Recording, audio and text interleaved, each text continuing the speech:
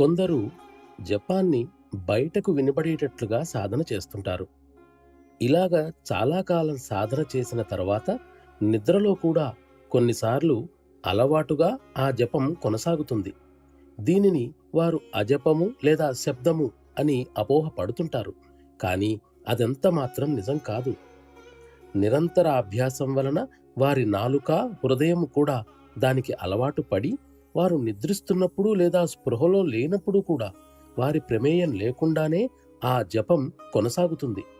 కొంతకాలం వారు ఆ జపం చేయడం మానివేస్తే ఆ స్థితి మరింక కొనసాగకుండా కూడా ఆగిపోతుంది. ఇది అలవాటు ఫలితంగా జరిగేదే కాని యథార్థమైన అజప స్థితి మాత్రం కాదు. అజపా స్థితి అనేది ఉన్నతమైన ఆధ్యాత్మిక స్థితి.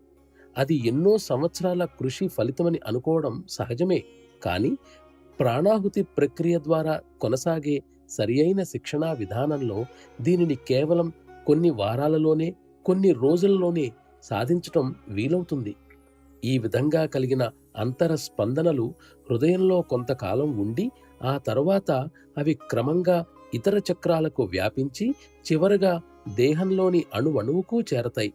అప్పుడది అనహద్ అని తెలియబడుతుంది. ఇందుకుగాను మన సంస్థలో సమర్థ గురుదేవుల పర్యవేక్షణలో ధ్యానం చేయవలసిందిగా చెబుతారు. అది అన్నింటికంటే ప్రయోజనకరం.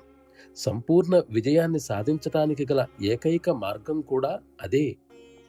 సాధారణంగా ధ్యాన సమయంలో అనేక ఆలోచనలు మనస్సులోకి ప్రవేశిస్తున్నాయని సాధకులు మొరపెడుతూ ఉంటారు. మనస్సుకు నిశ్చల స్థితి ప్రాప్తించకపోతే సాధనలో వైఫల్యం చెందామని వారు అనుకుంటారు. కానీ అది సరికాదు. మనం ఏకాగ్రతను సాధన చేయడం లేదు, కేవలం ధ్యానాన్నే సాధన చేస్తున్నామంతే. సాధన చేస్తున్నప్పుడు ఇతర ఆలోచనలన్నింటినీ ఏమాత్రం పట్టించుకోకుండా ధ్యానాన్ని కొనసాగించాలి. మనం చేతనావస్థలో ఉన్నప్పుడు మనస్సు నిరంతరం సంచరిస్తూనే ఉంటుంది. చంచలమైన దాని కార్యకలాపాల ఫలితంగానే ఆలోచనలు ఒక ప్రవాహంలా ఉత్పన్నమవుతున్నాయి.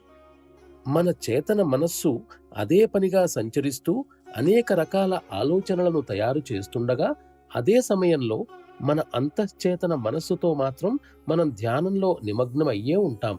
ఈ విధంగా మనకు ఏ రకంగానూ నష్టం లేదు.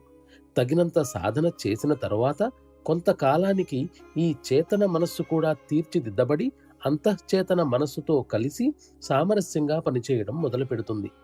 ఈ విధంగా సాధించిన ఫలితం బాగా లోతుగా నాటుకొని చిరకాలం నిలిచి చివరకు ఆత్మ స్వాభావిక లక్షణమైన ప్రశాంతతే ప్రబలంగా కనబడుతుంది.